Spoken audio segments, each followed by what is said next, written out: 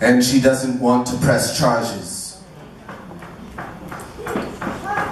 My yellow cousin, ghost of a gypsy, drunk off the wine of pressed grapes, repressed screams of sun-shriveled raisins, and their dreams interrupted by a manhood deferred. Will she ever sober? Or will they keep handing her glasses overflowing with the burden of knowing I never knew? Never knew it would haunt me, the ghost of a little girl in the desolate mansion of my manhood. I'm a man now, and then I remember that I've been charged 1 million votes of change. Will the ghost of that little girl ever meet my little girl? She's 1 now, she must have been 3 then, maybe 4, she's 18 now, I'm 25 now, I must have been 12 then. My mother said he was in his 30s and she's not pressing charges, although she's been indicted, and I can't blame her, I can't calm her, I want to calm her, I want to call him names, but only mine seems to fit. Come on, let's see if it fits. 2 little boys with a magic marker marked her and it won't come out. They put it in me. No, we didn't. What are you talking about? It's not permanent.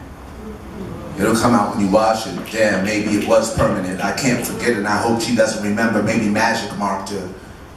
Lord, I hope you don't pull no dead rabbits out of that hat. What's she gonna do then? And what was Mary's story? Story of a little girl with a brother and a couch. She's got a brother, a couch, a sister locked in a bedroom, and a mother on vacation. Lord, don't let her fall asleep. Her brother's got keys to her dreams and keeps him on a chain that now cuffs his wrists together. Mommy doesn't believe he did it, but he's left footprints on the insides of his sister's eyelids. And they've learned to walk without him and haunt her daily prayers. And if you rub your fingers ever so softly on her inner thigh, she'll stop you, having branded your fingertips with the footprints of her brother, the disbelief of her mother and her sister, who called her a slut for sleeping. Lord, I've known sleeping women. Women who've slept for lives at a time on sunny afternoons and purple evenings. Women who sleep sound and live silently. Some dreams never to be heard of again. I've known sleeping women and I've learned to tiptoe into their aroma and caress myself. They've taught me how to sleep, having swallowed the moon, sleep till mid-afternoon and yearn for the silence of night to sleep sound once again. Painters of wind who know to open windows before closing their eyes, finding glory in the palette of their dreams. She had no dreams that night. The windows had been closed, the world of her subconscious suffocated and bled, rivers of unanticipated shivers and sounds that were not sleep. She was sound asleep, and he came silently.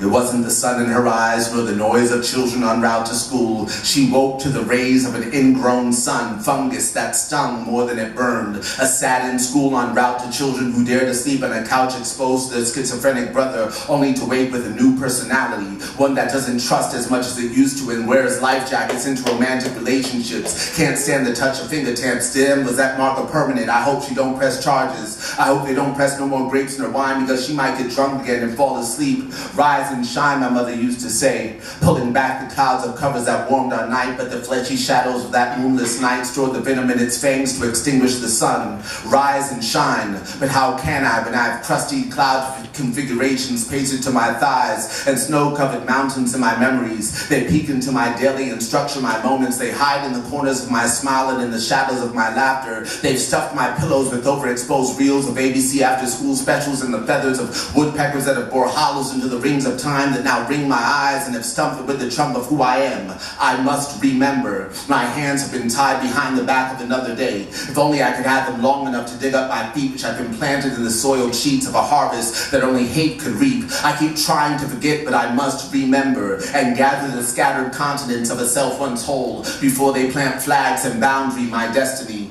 Push down the warded mountains that blemish his soiled soul before the valleys of my conscience get the best of me. I'll need a passport just to simply reach the rest of me, a vaccination for a lesser God's bleak history.